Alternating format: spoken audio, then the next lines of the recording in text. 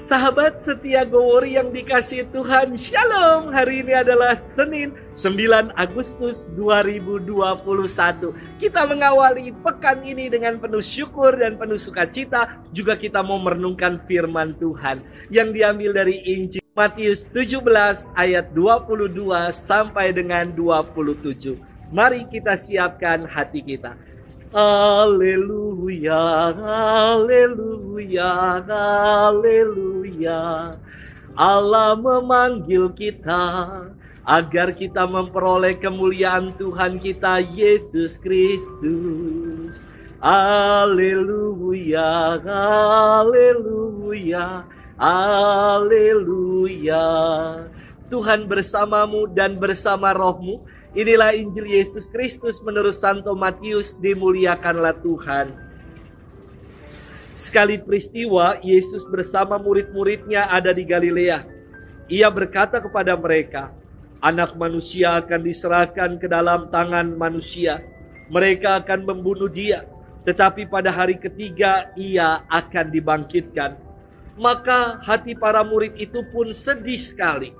Ketika Yesus dan para muridnya tiba di Kapernaum, datanglah seorang pemungut pajak bait Allah kepada Petrus dan berkata, Apakah gurumu tidak membayar pajak 2 dirham? Jawab Petrus, memang membayar. Ketika Petrus masuk rumah, Yesus mendahuluinya dengan pertanyaan, Bagaimana pendapatmu Simon? Dari siapa raja-raja di dunia ini memungut bea dan pajak? Dari rakyatnya? Atau dari orang-orang asing? Jawab Petrus, dari orang asing. Maka kata Yesus kepadanya, jadi bebaslah rakyatnya. Tetapi agar kita jangan menjadi batu sandungan bagi mereka, pergilah memancing ke danau, dan ikan pertama yang kau pancing tangkaplah dan bukalah mulutnya, maka engkau akan menemukan mata uang 4 dirham di dalamnya. Ambillah itu dan bayarlah kepada mereka, bagiku dan bagimu. Demikianlah Injil Tuhan, terpujilah Kristus. Sahabat setia Gowori yang dikasihi Tuhan, Shalom, salam sehat untuk kita. Suatu kali saya diundang untuk mengikuti perayaan Ekaristi, namun saya hadir sebagai umat. Ketika persembahan dan kantong kolekte diedarkan, umat di sebelah saya itu melompati kantong kolektor tersebut langsung ke umat di sebelah saya sehingga saya terlewatkan. Lalu saya minta agar kantong tersebut juga sampai kepada saya karena saya pun ingin memberikan kolekte. Lalu umat itu menyahut, Romo, kok Romo kolekte juga sih? Saya menjawab, Ibu, Tuhan Yesus saja bayar pajak untuk bait Allah. Masa saya pengikutnya tidak kolektor? Sahabat setia Gowori yang dikasihi Tuhan, firman hari ini bagus namun terkadang terlewat untuk direnungkan. Yesus bukan hanya bicara soal kewajiban sebagai warga negara untuk membayar pajak kepada kaisar. Kini Yesus dihadapkan dengan seorang pemungut pajak bait Allah. Pajak ini dipungut setahun sekali terhadap lelaki berumur di atas 20 tahun. Untuk digunakan sebagai biaya pemeliharaan bait Allah. Pada zaman Musa, pajak ini disebut juga uang pendamaian karena nyawa umat terhindar dari tulah. Dan pada masa Raja Yoas, pajak ini dikumpulkan untuk membangun kembali bait Allah.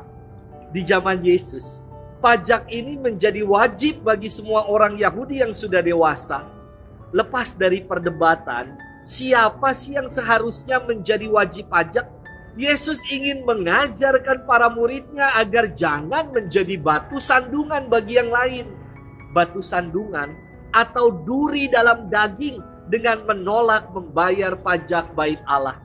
Yang menarik dalam kisah hari ini adalah Yesus meminta untuk menangkap ikan di danau.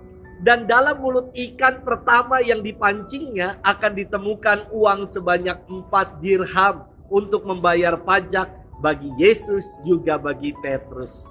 Sahabat setia Gowori yang dikasihi Tuhan, dari kisah ini dapat kita simpulkan bahwa Tuhan selalu menyediakan dan mencukupkan kita.